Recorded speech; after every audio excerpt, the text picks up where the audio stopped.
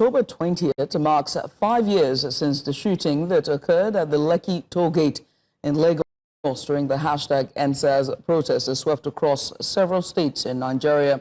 The demonstrations were fueled by widespread outrage over police brutality and extortion, particularly by the now disbanded Special Anti-Robbery Squad. 5 years on, questions remain, which are: why do we stand in the fight against police brutality? How does the #EndSARS movement has it faded into memory? But most importantly, how are Nigerians still demanding justice? News Central's lead correspondent Bernard Akede joins us live from the Lekki Tollgate, the epicenter of the protests 5 years ago. Bernard, thanks so much for joining us live from the Tollgate. Can you describe the atmosphere at the Lekki Tollgate today, 5 years on after the shooting? Are there any notable observations or reactions from passerby?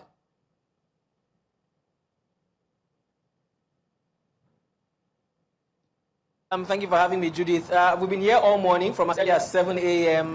There's not been any activity besides the fact that we've had more than usual police presence down here alongside other security operatives like Lagos State Traffic Management Agency, LASMA. We've also had officers of the NSCDC and Manowo stationed with their vehicles here. Earlier in the day, we had a truck from the Nigerian Army, I believe, just for surveillance, that has also moved around here. And then not too long ago, less than an hour ago, we were lucky to catch the presence of the Commissioner of Police, that's CP Moshood Jimo, who actually had been going around the state with his entourage on what they call a show of force, so that they will ensure that the state is safe. Now, luckily for us, we equally had our colleague Israel Iferobo, who had been going around with the Commissioner. I'd like Israel to intimate us on where they went and what the state had been so far. Israel, thank you for the one I'm interviewing. Where did you go with the Commissioner of Police and his team, and what did you guys observe across the state? Well, indeed, thank you for having me, Bernard. It's been a peaceful scenario so far. They went across major hotspots across the metropolis. They gathered as many men as possible, combat ready. They went all through to from major places like Ikorodu Road, Maryland. They went around all the way to Ojota, and then they made a stop briefly at Oborunchoki, what we call Beggar Bus Stop as well. I recall not too long ago, it was a hotspot of protests as well due to some demolition in the area.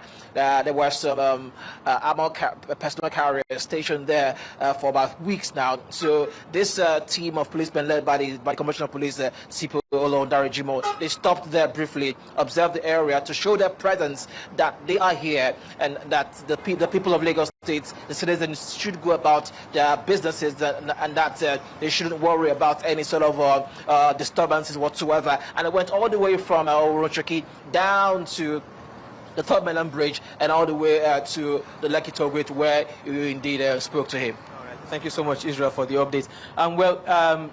Judith, so basically the police officers have gone pretty much around several areas in the state, and so far so good. Like Israel has said, it's been peaceful, I beg your pardon. It's been quiet, it's been calm, and it's pretty much been business as usual. Business as usual. I do have to ask, though, the Lekki Toll used to be a meeting point for gathering for a memorial of what happened on October 20th.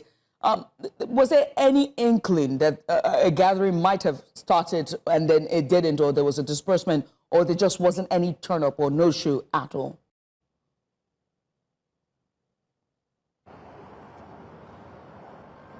I mean, it's quite interesting that you should ask that, Judith, because, well, we stayed here for this long, about 5 hours and counting, just hoping to see, well, let me not say hoping, but, just hanging around to see if there will be any kind of protest or activity. None has happened so far, except something that happened recently. We caught that on tape, and we hope to push that forward later when we get back to the studio. Our guest, Yemi Adamolekun, who is the convener of Enough is Enough Nigeria, EIE, we had her on camera earlier today.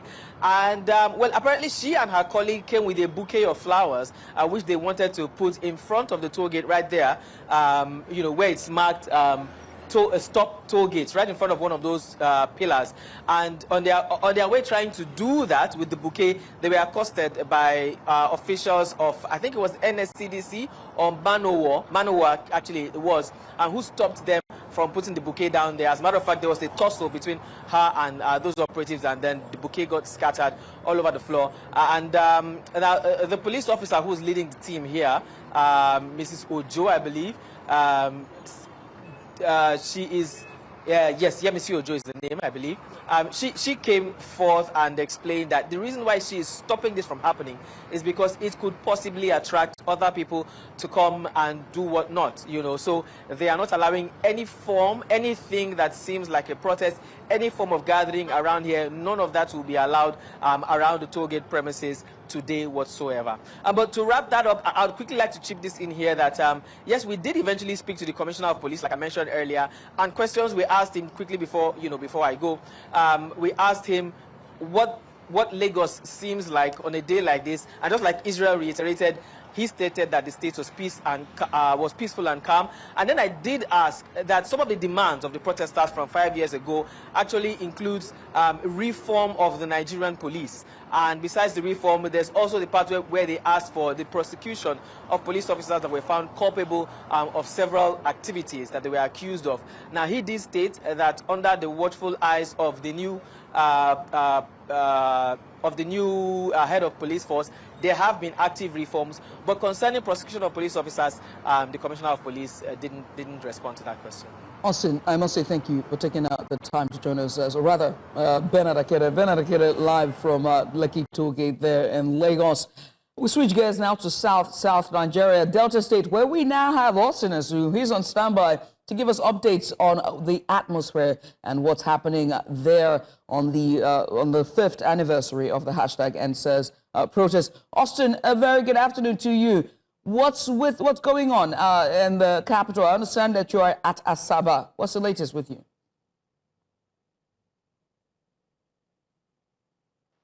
All right, good afternoon, Judith. Behind me is the popular Intabwa, and this is the point where the protesters started converging. That was about 5 years ago, onward movements to other parts of the state capital.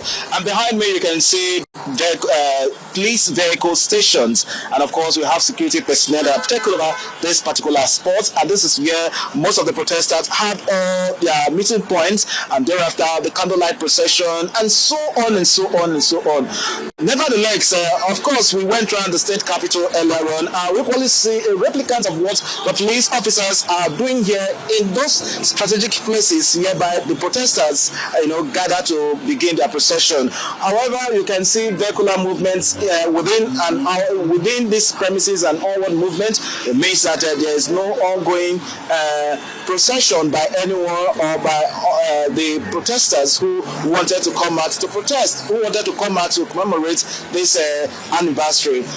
We saw earlier on show of force by the Nigerian police, and thereafter we equally saw some security agencies moving around within the state capital and beyond. From what we confirmed so far in other cities like Warri, Sapele, Ugele, Agbo, and so on and so forth, where this protest actually happened simultaneously, of course, we gathered that none of them actually came out because security agencies have taken over those spots. But nevertheless, of course, we spoke to a cross-section of some respondents about this particular day, but obviously most of them seems not to understand, seems not to know that today is actually the 5th year since that that EndSARS movement took place here in the state here. So suffice to say that during that movement, the state recorded some levels of arson.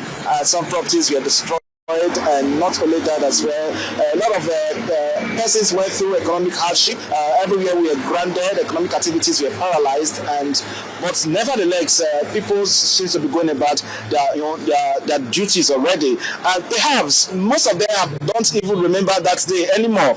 That very day or those days whereby people have to go through a lot because of the EndSARS movement. Right. But the state capital here and other parts of the state is so calm. Everyone seems to be going about their lawful duties, and police security agencies have taken over those strategic places that protesters actually designated for them to move.